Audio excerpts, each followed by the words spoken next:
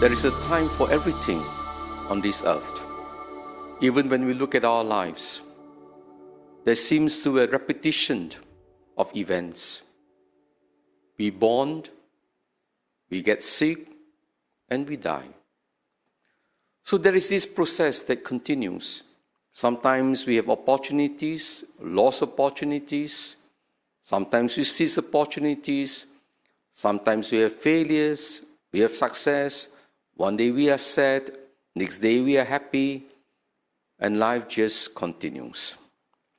And so sometimes we think that life is simply a process which is beyond our control.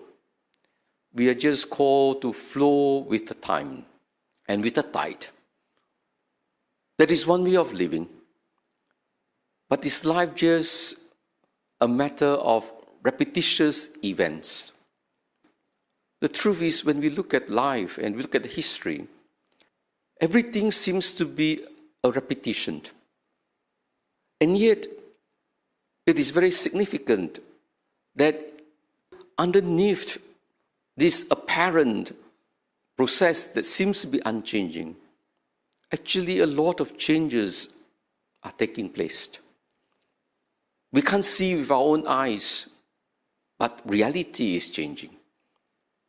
How often we fail to realize that repetitive actions did not necessarily lead to routine. One clear example is the celebration liturgy. We have the same Mass being repeated over and over again. We say certain formula prayers like the Lord's Prayer over and over again. We can be singing the same hymn, the same song over and over again. We can be reading the same scripture text over and over again. And yet, my dear brothers and sisters, isn't it true that the more you read the same scripture text, the more you sing the same song, the more you participate in liturgy, actually it helps us to enter deeper into the meaning, deeper into what we are doing. And that is why it's important to understand, although in a certain sense we have no control over the events of life, we have certain responsibility towards these events that are being unfolded in our daily life.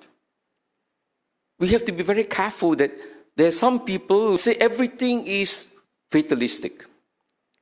We just leave it to nature.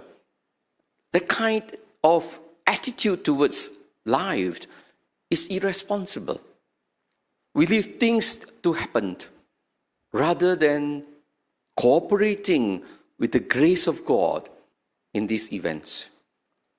So there is a certain irresponsible living and a certain way of living in such a way that while we are open to the plan of God, we are actively cooperating with God's plan.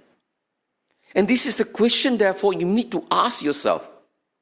Are you actively cooperating with the plan of God in your life? Or are you just leaving things to happen? And you are just drifting along. You're afraid to make decisions. You're afraid to take action. You're afraid of adventure. You're afraid of taking risks. You just want to stay in your little cocoon, very safe, until you are being pushed. Then you come out of the cocoon. That is irresponsibility. Today we are called to cooperate with the plan of God.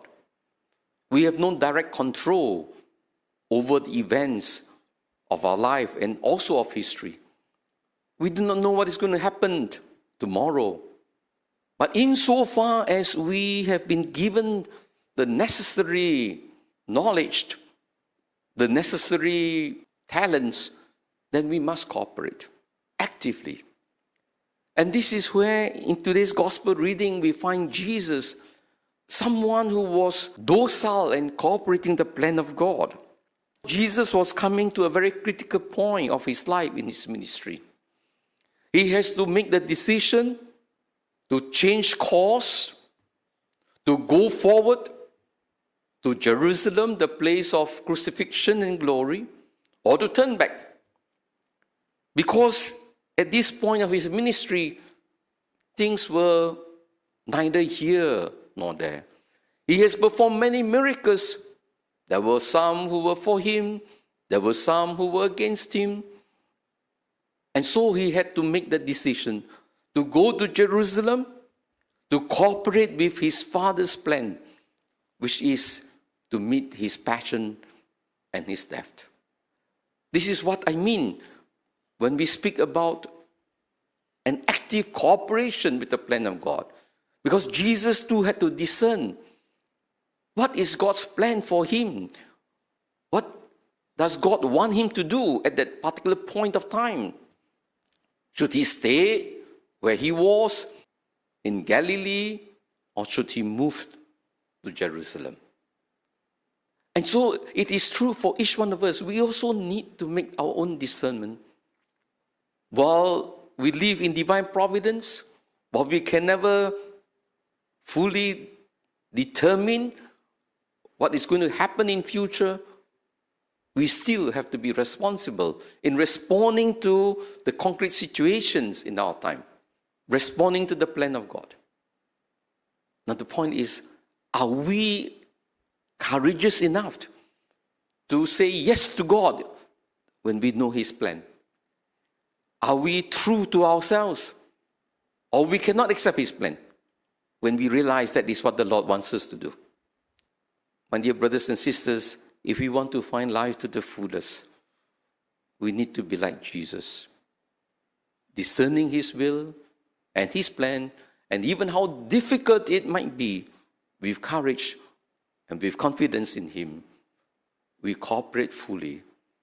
And it is in the cooperation that we will find meaning and purpose in life.